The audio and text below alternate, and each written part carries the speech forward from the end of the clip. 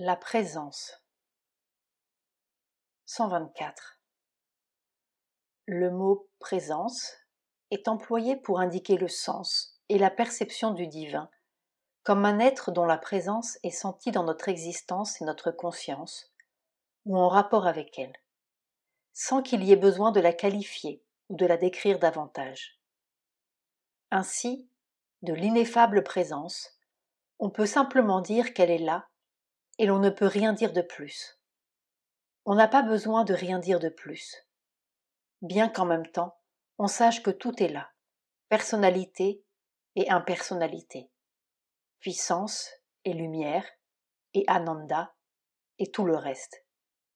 Et tout cela découle de cette présence indescriptible. Le terme peut aussi être employé parfois dans un sens moins absolu, mais telle est toujours la signification fondamentale, la perception essentielle de la présence essentielle qui soutient tout le reste. La paix et le silence divin. 125. Ce sont là les expériences normales et ordinaires de la sadhana lorsque se produit une ouverture d'en haut, contact avec la paix du Brahman, du moi ou du divin, et contact avec la puissance supérieure, la puissance de la mer. Il ne sait ce que c'est, et cela est tout à fait naturel, mais il l'éprouve très correctement, et sa description est tout à fait exacte. Comme tout cela paraît beau, calme et paisible, comme si dans l'eau, il n'y avait pas même une vague. Mais ce n'est pas là le néant. Je sens une présence trempée dans la vie, mais absolument silencieuse et paisible dans la méditation. On ne saurait guère donner de cette expérience une description meilleure. Cette expérience de la paix et du silence du divin, ou expérience du divin lui-même, dans la paix et le silence qui lui sont propres et essentiels. Ce qu'il sent à propos de la force est aussi tout à fait correct.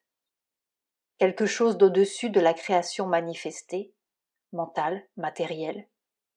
Une force par derrière qui est distincte de ce qui provoque les émotions, la colère, la luxure, et où tout est purifié et transformé progressivement. En d'autres termes, la force divine ou spirituelle, autre que le vital cosmique qui soutient la conscience incarnée ordinaire. Cela aussi est très clair. Je suppose que ce n'est encore qu'un contact, mais c'est un contact très vrai et vivant s'il provoque un sentiment aussi vivant et aussi vrai. Il me semble qu'il va faire un excellent début. La beauté. 126. La beauté n'est pas la même chose que le délice. Comme l'amour, elle est une expression, une forme de l'ananda, créée par l'ananda, formée d'ananda. Elle porte au mental le délice dont elle est faite. Esthétiquement, le délice prend l'apparence de rasa, et la puissance de ce rasa est la réaction du mental et du vital à la perception de la beauté. La réalisation spirituelle a une vision, une perception, une sensation qui n'appartiennent pas au mental et au vital. Elle passe au-delà de la limite esthétique, voit la beauté universelle, voit derrière l'objet ce que l'œil ne peut voir, sent ce que ne peut sentir l'émotion du cœur, et va au-delà de rasa et de boga jusqu'au pur ananda, chose plus profonde, intense et enchanteresse que ne peut l'être aucun rasa, aucune réaction du mental, du vital ou du physique. Elle voit l'un partout, le divin partout, le bien-aimé partout, la béatitude originelle d'existence partout. Et tout cela peut créer un inexprimable ananda de beauté, la beauté de l'un, la beauté du divin, la beauté du bien-aimé, la beauté de l'existence éternelle dans les choses. Elle peut aussi voir la beauté de forme et d'objets, mais avec une vision autre que celle du mental, autre que celle de la vue physique limitée. Ce qui n'était pas beau à l'œil devient beau. Ce qui était beau à l'œil revêt maintenant une beauté plus grande, merveilleuse et ineffable. la réalisation spirituelle peut apporter partout la vision et l'enchantement de ce qui est toute beauté. Expérience du psychique. 127. Ce qu'il a en ce moment, ce sont les vraies expériences spirituelles et psychiques, non pas celles du plan vital que la plupart ont au début. Les expériences du plan vital, dans lesquelles il y a beaucoup d'imagination et de fantaisie, sont utiles pour ouvrir la conscience. Mais ce n'est que lorsqu'elles sont remplacées par la conscience spirituelle et psychique que le vrai progrès commence. 128. Il s'agit évidemment du psychique. On le voit souvent sous la forme d'un puits profond ou d'un abîme dans lequel on plonge. Mais ici, c'est évidemment le psychique qui descend dans tous les plans inférieurs et qui aussi s'élève jusqu'au plan supérieur au-dessus. 129. En employant l'expression « ouverture du psychique », je ne pensais pas à l'ouverture ordinaire du psychique qui produit une certaine quantité d'amour et de bhakti psychique, par opposition à Vito, mais à ce qu'on appelle le passage du psychique au premier plan. Lorsque cela se produit, on prend conscience de l'être psychique, de son don de soi spontané et simple, et on ressent le contrôle qu'il exerce directement de façon croissante, non pas simplement une influence voilée ou à demi voilée sur le mental, le vital et le physique.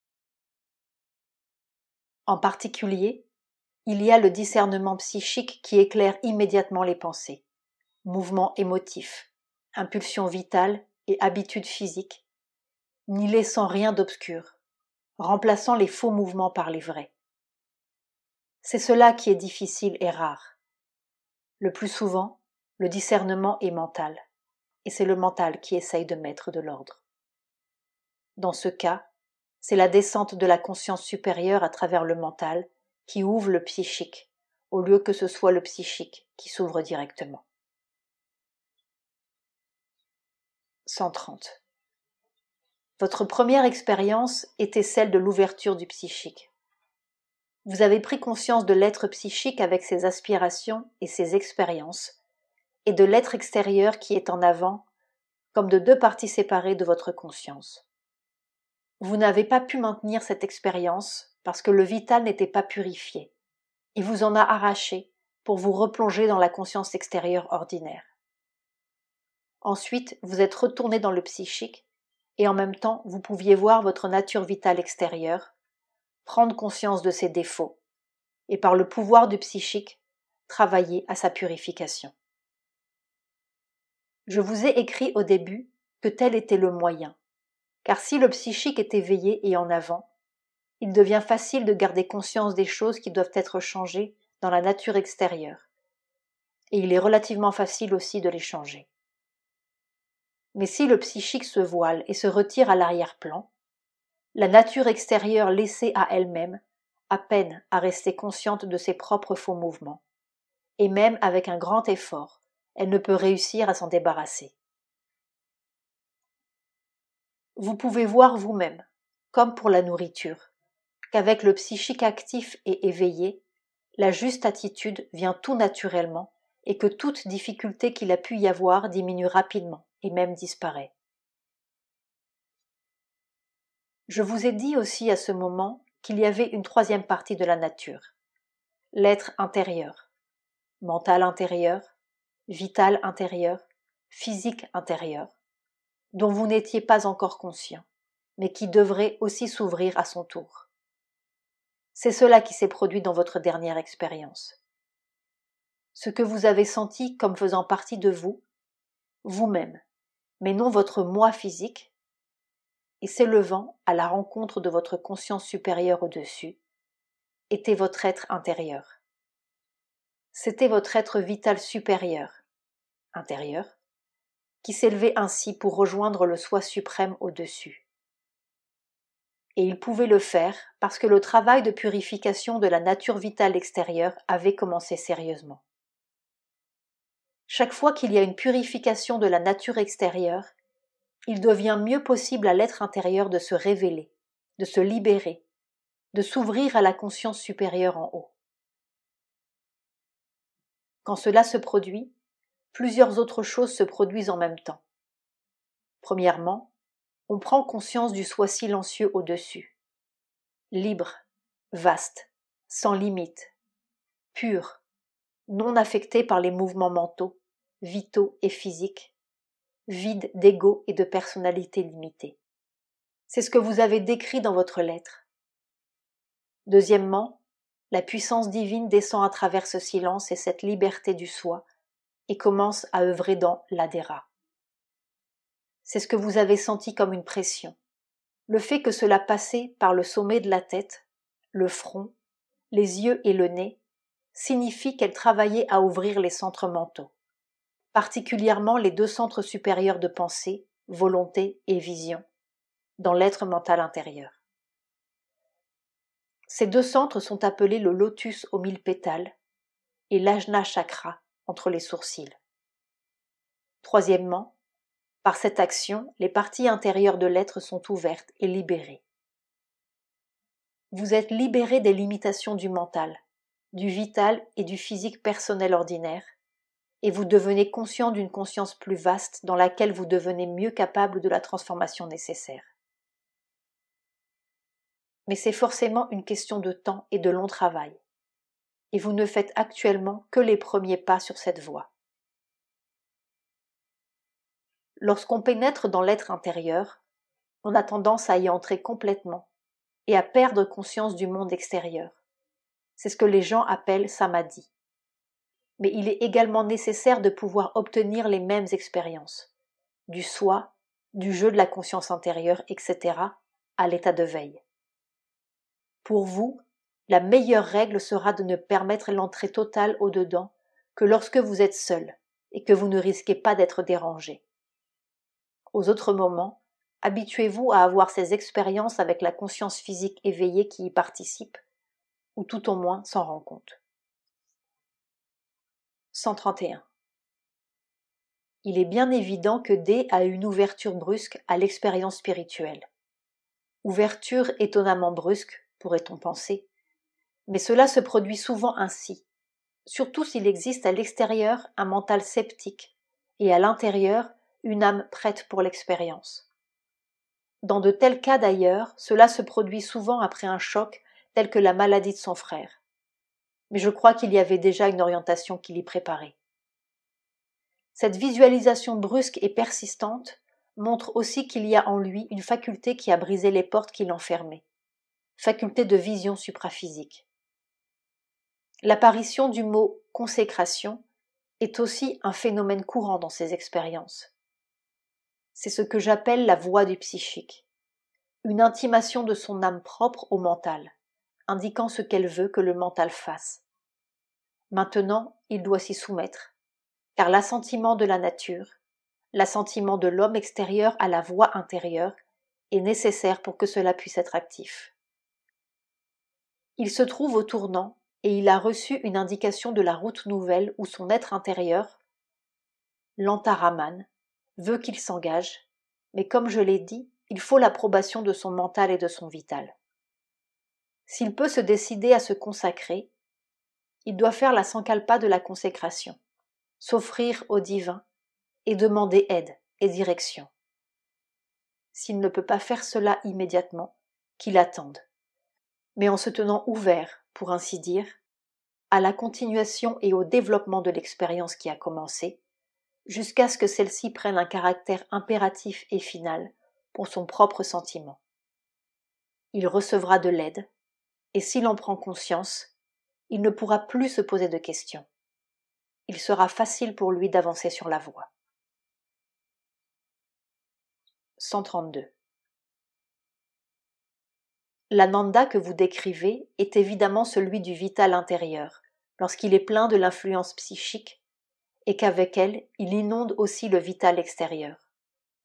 C'est le véritable ananda, et il n'y a en lui rien de la vieille nature vitale. Lorsque le psychique utilise ainsi le vital pour s'exprimer, ce genre d'extase intense est la forme qu'il prend naturellement. cette intensité et la vieille excitation vitale sont deux choses tout à fait différentes, et il ne faut pas les confondre. Lorsque l'intensité se produit avec une satisfaction pure et pleine, avec contentement et gratitude, ne laissant aucune place à des revendications, des exigences, à des réactions de découragement, c'est le mouvement vital vrai. 133. C'était certainement une expérience de grande valeur, une expérience psychique par excellence. Un sentiment de douceur veloutée au-dedans, une plasticité ineffable au-dedans, est une expérience psychique et ne peut rien être d'autre. Cela signifie une modification de la substance de la conscience, particulièrement dans la partie vitale émotive. Et si une telle modification se prolonge ou se répète jusqu'à ce qu'elle devienne permanente, cela signifiera un grand pas dans ce que j'appelle la transformation psychique de l'être. Ce sont précisément ces modifications dans la substance intérieure qui rendent la transformation possible. En outre, c'était une modification qui a rendu possible un commencement de la connaissance. Car dans le yoga, nous n'entendons pas par connaissance une pensée ou des idées sur les choses spirituelles, mais la compréhension psychique qui vient du dedans et l'illumination spirituelle qui vient d'en haut. C'est pourquoi le premier résultat a été cette sensation que vous avez eue, qu'il n'y avait rien de honteux à ne pas tout comprendre, et que la compréhension vraie viendrait seulement lorsqu'on se rendrait compte qu'on était totalement impuissant. C'était en soi un commencement de compréhension, une compréhension psychique, quelque chose éprouvé à l'intérieur qui répand une lumière, ou fait monter une vérité spirituelle que n'aurait pas donné la simple pensée, et aussi une vérité qui joue un rôle effectif pour amener à la fois la clarté et la compréhension dont vous aviez besoin, car ce que l'être psychique apporte est toujours lumière et bonheur, une compréhension, un soulagement et une consolation intérieure. Un autre aspect très prometteur de cette expérience est qu'elle est venue en réponse immédiate à un appel adressé au divin. Vous avez demandé la compréhension et la solution, et immédiatement, Krishna vous a montré l'une et l'autre. La solution était le changement de conscience à l'intérieur, la plasticité qui rend la connaissance possible, et aussi la compréhension de l'état du vital et du mental, où peut tenir la vraie connaissance ou le pouvoir de la connaissance. Car la connaissance intérieure vient du dedans et d'en haut, que ce soit du divin dans le cœur ou du moi au-dessus. Et pour qu'elle vienne, il faut que s'en aille l'orgueil que prennent le mental et le vital dans les idées mentales de surface et leur insistance sur ces idées. Avant de pouvoir commencer à savoir, il faut savoir qu'on est ignorant. Et cela montre que je n'ai pas tort d'insister sur l'ouverture psychique comme étant la seule solution. En effet, au fur et à mesure que s'ouvre le psychique, ces réponses et bien plus encore deviennent courantes et la transformation intérieure se fait aussi qui les rend possibles. 134. C'est probablement votre être psychique qui est passé en avant, ou bien c'est l'être vital vrai en vous qui a pu passer en avant parce que vous avez pris l'attitude psychique. Lorsque l'être psychique passe en avant, il y a perception automatique du vrai et du non vrai, du divin et du non divin, du juste et du faux spirituel dans les choses. Les faux mouvements et attaques du vital et du mental sont immédiatement démasqués, tombent et ne peuvent rien faire. Graduellement, le vital et le physique, aussi bien que le mental, s'emplissent de cette lumière et de cette vérité psychique, de ce juste sentiment et de cette pureté, et les attaques violentes comme celles que vous avez sont impossibles. Lorsque l'être vital vrai passe en avant, c'est quelque chose de vaste, de fort, de calme, un guerrier imperturbable et puissant, combattant pour le divin et la vérité, repoussant tout ennemi, amenant une force et un pouvoir vrai, ouvrant le vital à la conscience plus grande qui est au-dessus. Il faut voir lequel des deux vous sentez en vous. 135. Si ce que vous avez est le sentiment de la présence, vous vivez dans la conscience du centre psychique. Il est bon de penser avec le mental parce que cela y conduit. Mais en soi, ce n'est pas vivre dans le centre psychique. Expérience psychique dans le yoga, Sri Aurobindo.